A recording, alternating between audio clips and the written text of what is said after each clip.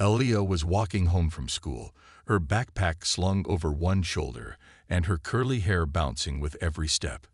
It was a warm afternoon, and she was humming a song she had stuck in her head. She had just finished a long day of classes and was looking forward to getting home, eating dinner with her mom, and watching her favorite show. She turned onto a quieter street, just a few blocks away from her house, when she heard a sharp voice behind her. "Hey, you! Stop right there!" Aaliyah froze, her heart beating a little faster. She turned around to see a police officer walking toward her. His uniform was neat, his badge gleaming in the sunlight, and his face looked serious. She didn't know what she had done wrong, but she stayed calm. "Is something wrong, sir?" she asked politely. The officer, whose name tag read Reynolds, looked at her for a long moment. His eyes scanned her from head to toe, and then he frowned. "Where are you coming from?" he asked. "School," Aaliyah answered, pointing to her backpack. "I live just a few blocks away." Officer Reynolds folded his arms. "You look suspicious," he said. Aaliyah's heart pounded harder. "Suspicious? I'm just walking home," she said, confused. The officer's eyes settled on her hair. It was thick, curly, and full, just the way she loved it. Her mother always told her it was beautiful, and she had spent time that morning styling it just right. But now, the officer's gaze made her feel uncomfortable. "Your hair is too wild," he said suddenly. "People like you need to look presentable."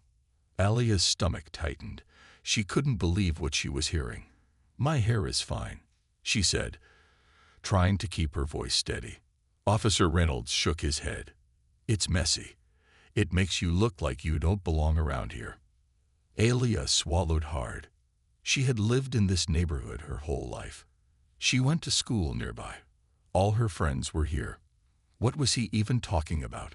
Before she could say anything, the officer pulled a small pair of scissors from his pocket. Aaliyah took a step back, fear creeping into her chest. "Hold still," he said. She wanted to run, but her legs felt frozen. In one swift motion, he reached out and snipped a chunk of her hair.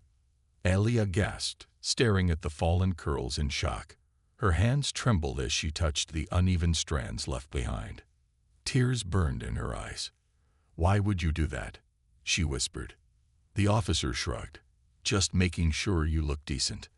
Aaliyah couldn't believe this was happening. Her beautiful hair, something her mother always told her to cherish, was now ruined. Humiliated, she turned and ran home as fast as she could, her heart breaking with every step. Aaliyah burst through the front door of her house, breathing heavily. Her hands were still shaking as she touched her hair, feeling the uneven cut where the officer had sliced it. Tears ran down her cheeks, and she could barely see as she rushed inside. Her mother, Angela, was in the kitchen preparing dinner. The smell of warm spices filled the air, but Aaliyah couldn't focus on anything except the burning feeling in her chest. Angela turned around and immediately saw the distress on her daughter's face. She dropped the spoon she was holding and hurried over. "Aaliyah, what happened?" she asked, concern deep in her voice.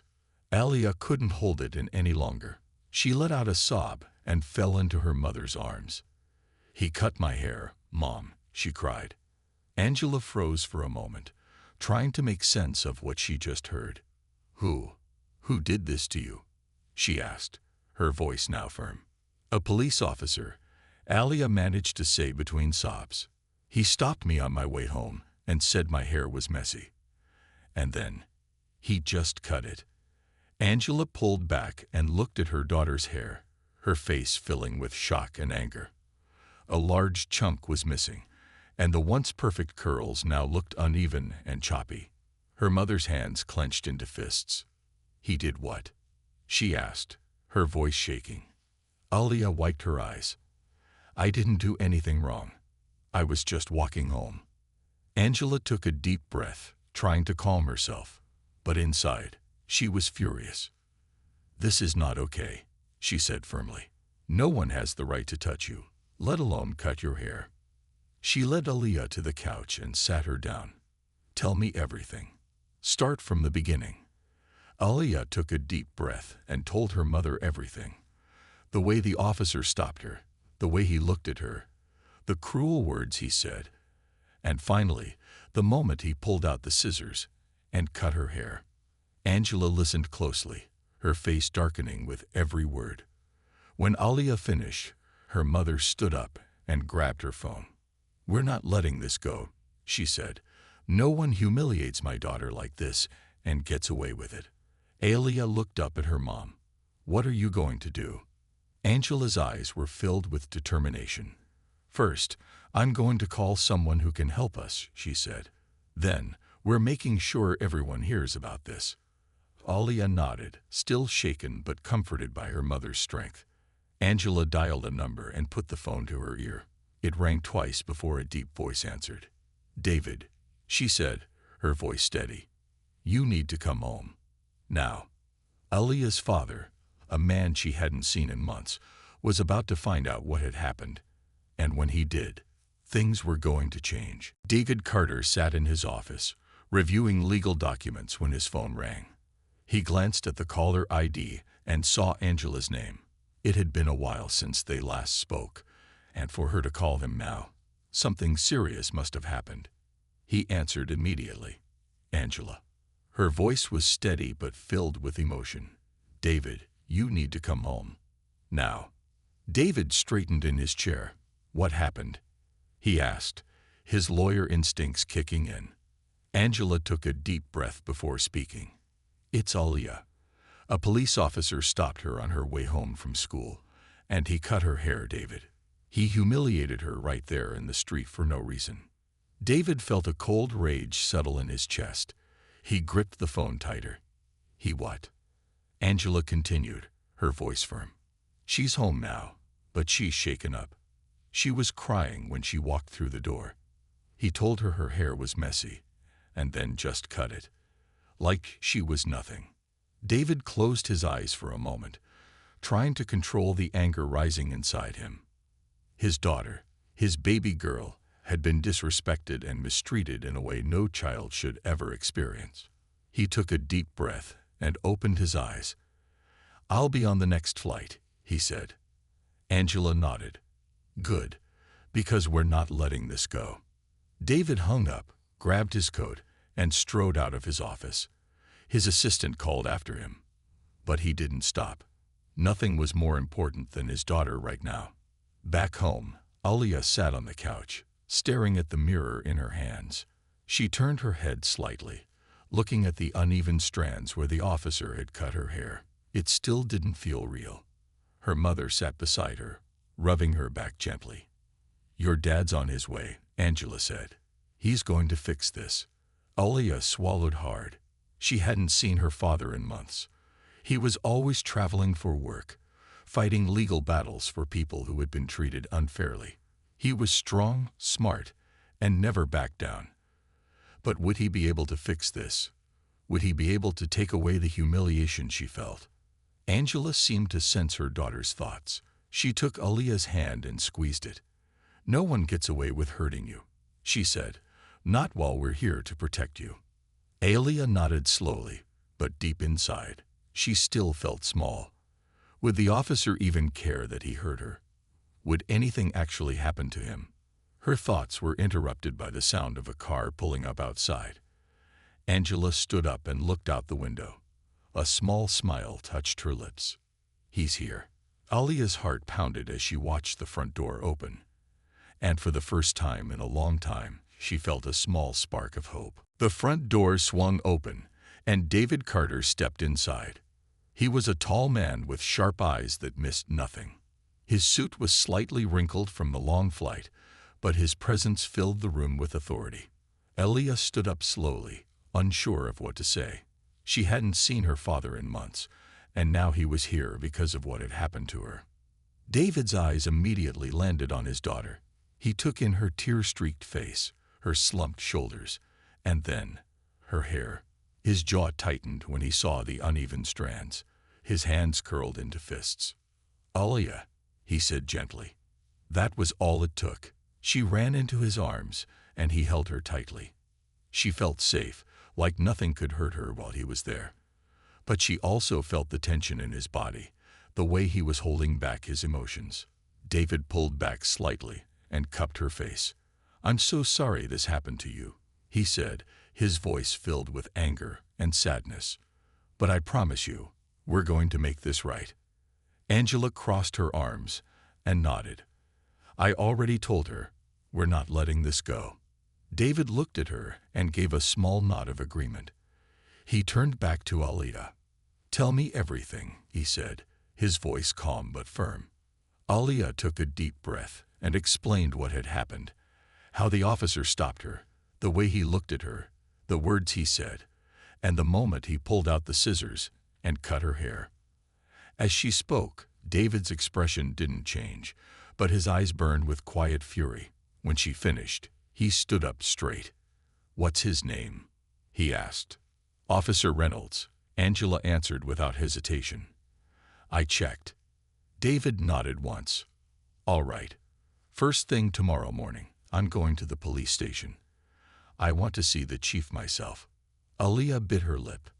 "Dad, will anything actually happen to him?" David turned to her, his expression serious. "Yes," he said. "He thought he could do this without consequences. He thought you were just another kid who wouldn't fight back. But he was wrong." Aliyah looked up at him, feeling a small flicker of hope. Angela placed a hand on David's arm. "The world needs to know what happened. This isn't just about Aliyah. This is about making sure no one else goes through this." David nodded. "That's exactly what I intend to do." Aliyah watched as her father pulled out his phone and started making calls. She didn't know what was going to happen next, but for the first time since that terrible moment on the street, she felt like she had a voice. And this time, the world was going to listen. The next morning, David woke up early. He sat at the kitchen table, sipping a cup of coffee, his mind already racing with plans. He had spent half the night making calls to fellow lawyers, reporters, and even a few local activists. Now, it was time to take action. Angela walked into the kitchen and saw the determined look on his face. "You're ready?" she asked. David nodded. "More than ready." He glanced toward the hallway. "Is Aliyah up?" "She's getting dressed," Angela said. "Are you sure she should come with us?" David sighed. "She doesn't have to say anything, but she deserves to see this. She needs to know she's not powerless." Just then, Aliyah stepped into the kitchen. She was dressed neatly, her posture straight, but there was still uncertainty in her eyes. "I'm coming with you," she said. David smiled at her. "Good. Let's go." The police station was a large brick building with a tall metal fence surrounding it. As they walked inside, Aliyah's stomach twisted. She had never been inside a police station before, and after what had happened, she wasn't sure she wanted to be here now. But with her father beside her, she felt a little stronger. David walked straight up to the front desk. "I need to speak with the police chief," he said firmly. The officer at the desk raised an eyebrow. "Do you have an appointment?" David leaned slightly forward. "Tell him David Carter is here. He'll want to see me." The officer hesitated, then picked up the phone. Within minutes, a door swung open, and a man in a crisp uniform stepped out. He was in his 50s, with graying hair and a serious expression. "Mr. Carter," he said, nodding. "Let's talk in my office." David, Angela, and Aliyah followed him into a large room with a wooden desk and framed certificates on the wall. The chief gestured for them to sit, but David remained standing. "You already know why I'm here," David said. The chief sighed and leaned back in his chair. "Yes, I heard about the incident." David's voice was calm but sharp. "That incident was an abuse of power. Your officer humiliated my daughter and violated her rights, and I have every intention of making sure the world knows about it." The chief's jaw tightened. "Look, Carter, I understand you're upset, but let's not turn this into something bigger than it needs to be." David's eyes flashed. "Bigger than it needs to be." He placed his hands on the desk. The police officer stopped a teenage girl, insulted her, and cut her hair. And you think this isn't big? The chief sighed again. We'll look into it. David shook his head. No, you will take action. Because if you don't, I promise you, this case is going national. The room fell silent. Alia held her breath. She had never seen her father like this before. Finally, the chief looked away. I'll start the investigation today. David gave a small, satisfied nod. Good, because we're just getting started. The ride home from the police station was quiet. Alia sat in the back seat, staring out the window, her thoughts racing. She had watched her father stand up to the police chief without fear, demanding justice for what had happened to her. For the first time since that terrible moment on the street, she felt like something was finally being done. But deep inside, she still had doubts. Would the officer really face consequences? Would anything actually change? Angela must have noticed her silence, because she reached back and gently squeezed Alia's hand. Your dad knows what he's doing, she said softly. Just wait and see. David, who was focused on the road, glanced at her in the mirror. This isn't over, sweetheart. We made them listen today, but now we make sure they act. Alia nodded but didn't say anything. She wasn't sure what was supposed to happen next. By the time they got home, David's phone was ringing again. He answered it immediately, stepping into the other room, while Angela and Alia sat on the couch. Do you think they'll actually do anything? Alia finally asked. Angela sighed. They have to now. Your dad isn't just any lawyer. He's one of the best. And trust me, when he says something is going to happen, it will happen. Just then, David walked back into the room, a small but determined smile on his face. It's already started, he said. Angela raised an eyebrow. What do you mean? David sat down and leaned forward. A reporter I know just called. The news is spreading fast. By tomorrow morning, people are going to hear what happened. Alia's eyes widened. People? Like who? David smiled. Everyone. Local news stations, online articles, people on social media. They're all going to know what Officer Reynolds did. Alia felt a mix of emotions, relief, nervousness, and even a little excitement. She had been scared that no one would care. But now, the world was about to find out. Angela nodded in approval.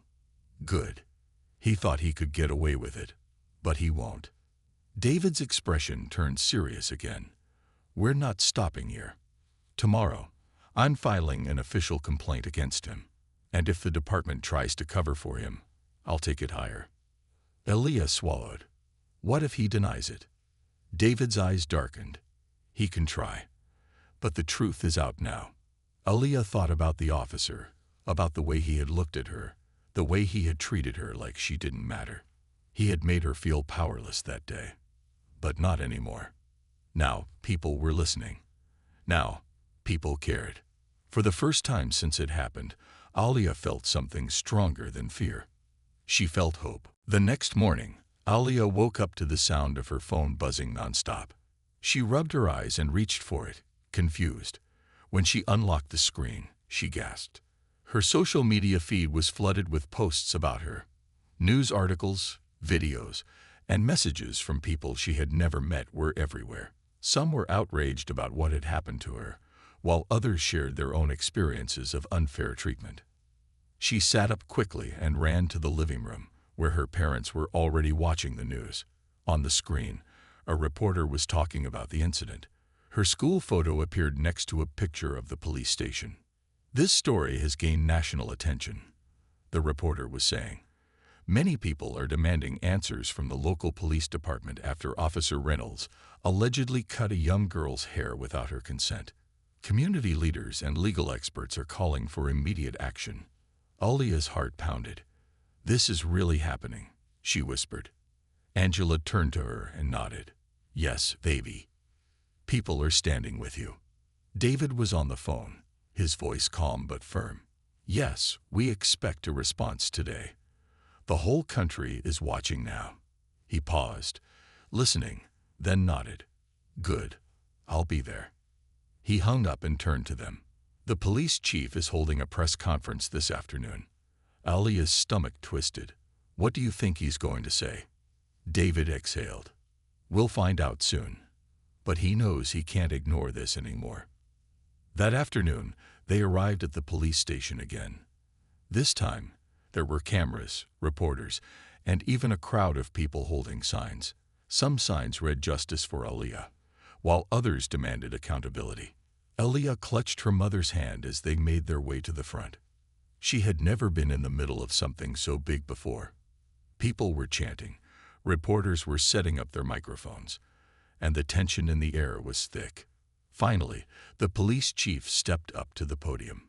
He looked tense, as if he had been forced into this. After reviewing the case, we acknowledge that Officer Reynolds' actions were inappropriate, he said.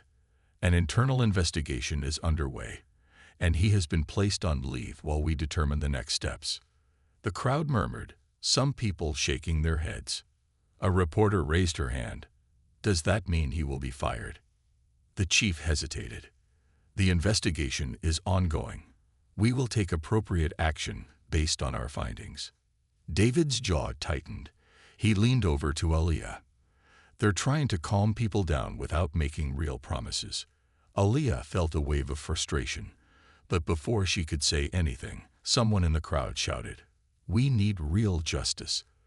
Others joined in, their voices growing louder. The chief shifted uncomfortably. We understand the concerns of the community, he said. We will provide further updates soon. Then, without taking any more questions, he walked away. Aaliyah turned to her dad. What happens now? David placed a hand on her shoulder. Now, we make sure they don't forget. This isn't over. Aaliyah looked around at the people standing with her. For the first time, she realized. This fight wasn't just about her anymore. That night, Aaliyah sat on the couch with her parents, watching the news. Every major channel was covering the story. Reporters replayed the police chief's press conference, discussing what it meant and whether enough was being done. Experts debated on talk shows, and activists called for stronger action. Aaliyah couldn't believe how far this had spread. Just a few days ago, she had felt powerless. Now, people all over the country were talking about what had happened to her. But deep down, she knew it wasn't over yet. David muted the TV and turned to her. Tomorrow, we're going to meet with a civil rights lawyer. He wants to help push this case forward. Aaliyah frowned. Aren't you a lawyer? David smiled slightly. Yes, but I want the best legal team on this.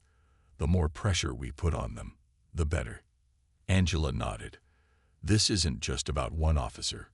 It's about making sure no one else gets treated like this again. Aaliyah took a deep breath.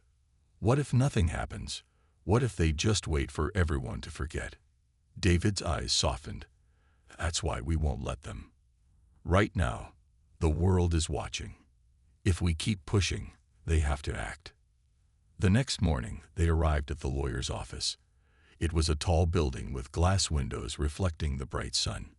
Inside, a man in a navy blue suit greeted them. His name was Marcus Reynolds, not related to the officer, and he had spent years fighting for justice in cases like this. Mr. Carter, it's an honor, Marcus said, shaking David's hand. Then he turned to Aaliyah and smiled warmly. And Aaliyah, you are one brave young lady. Aaliyah felt a little nervous but managed a small smile. Thank you. They sat down in a large meeting room. Marcus opened a folder filled with documents. I've reviewed the case, and we have a strong argument. The officer's actions violated police policies, and more importantly, they violated your rights. Aaliyah swallowed. What happens now? Marcus leaned forward. First, we file an official lawsuit. That will force the department to take real action. Second, we keep the public pressure going. The more people demand justice, the harder it will be for them to ignore this. David nodded. And what about Officer Reynolds? Marcus's expression turned serious. If we win, he won't just be suspended. He'll be removed from the force. And depending on how the investigation goes, he could face legal consequences too. Aaliyah listened carefully. This was really happening. They weren't just hoping for justice. They were fighting for it. Marcus looked at her. Alia, this will take time, and it won't always be easy. But I promise you, we won't stop until we get justice. Alia met his gaze and nodded firmly. I won't stop either. Her voice was steady now. She wasn't just a victim anymore. She was standing up, not just for herself, but for everyone who had ever felt powerless. And this time, she wasn't alone.